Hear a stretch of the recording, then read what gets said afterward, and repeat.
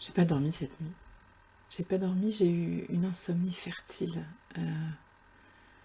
J'ai pas dormi parce qu'hier j'ai lu un article qui expliquait comment quand quelqu'un part à l'hôpital parce qu'il est très touché par le virus, eh ben il va être mis en réa et on va jamais appeler ses proches et il pourra pas les appeler.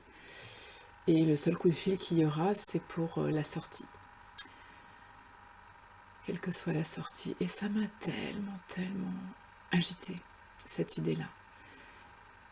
Ce matin, la première chose que j'ai faite, dès qu'Edouard est descendu, Edouard c'est mon mari, c'est mon amoureux depuis plus de 20 ans.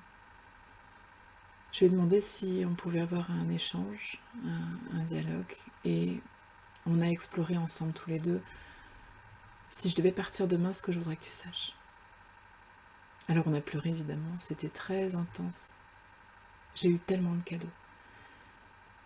C'était pas histoire de partir dans le pathos, dans la douleur, c'était histoire d'être debout et de regarder en face et de faire waouh, waouh, merci d'être dans ma vie, merci de qui tu es, merci de ta présence. Et puis j'ai senti aussi combien c'était important pour moi, comme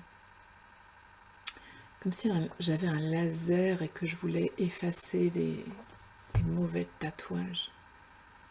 J'ai pris le temps de revisiter des mots, des paroles, des gestes, des attitudes blessantes, dont moi je me souviens, lui souvenait même pas forcément d'eux, mais que j'aurais pas voulu avoir, que j'avais envie de nettoyer.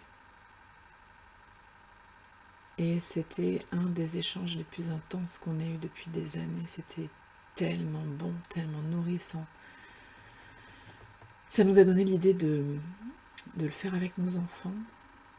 Je vais prendre le temps là par écrit de leur laisser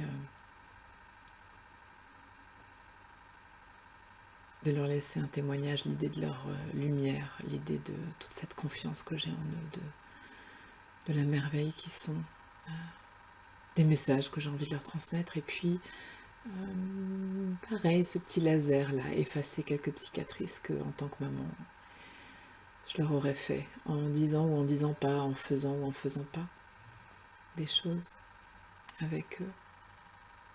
Et puis la deuxième vague, elle va être pour mes amis. Je vais écrire à chacun la lumière, l'amour. En fait, voilà. Il est plus temps de garder l'amour qu'on a à l'intérieur de nous. Et c'est le message que j'ai envie de vous faire passer. Passer cette vague d'appréciation, passer cette vague d'amour.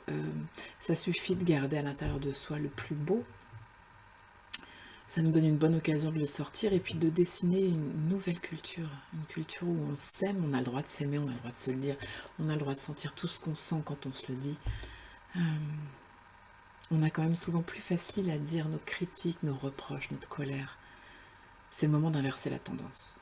J'ai envie vraiment de lancer ce message aujourd'hui. Et le partage que je voudrais vous faire aussi encore, c'est que ce matin, avec Edouard, j'ai senti qu'on rentrait dans une nouvelle dimension de notre mariage. Une nouvelle dimension de notre relation. C'est ce que je vous souhaite. Debout, les yeux grands ouverts, avec nos peurs, avec nos tristesses, avec notre joie, avec notre gratitude, tout ce qu'on est, tout ce qu'on est. Alors voilà la proposition. Vous allez chercher votre partenaire, en chair et en os, ou par Skype si vous n'êtes pas confinés ensemble. Et puis, vous vous installez, et puis, vous continuez cette phrase.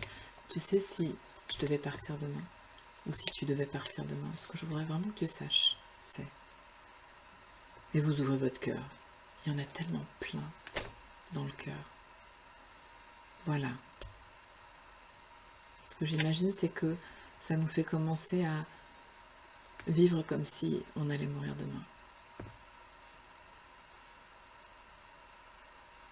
Allez, on va le changer ce monde. À nos amours.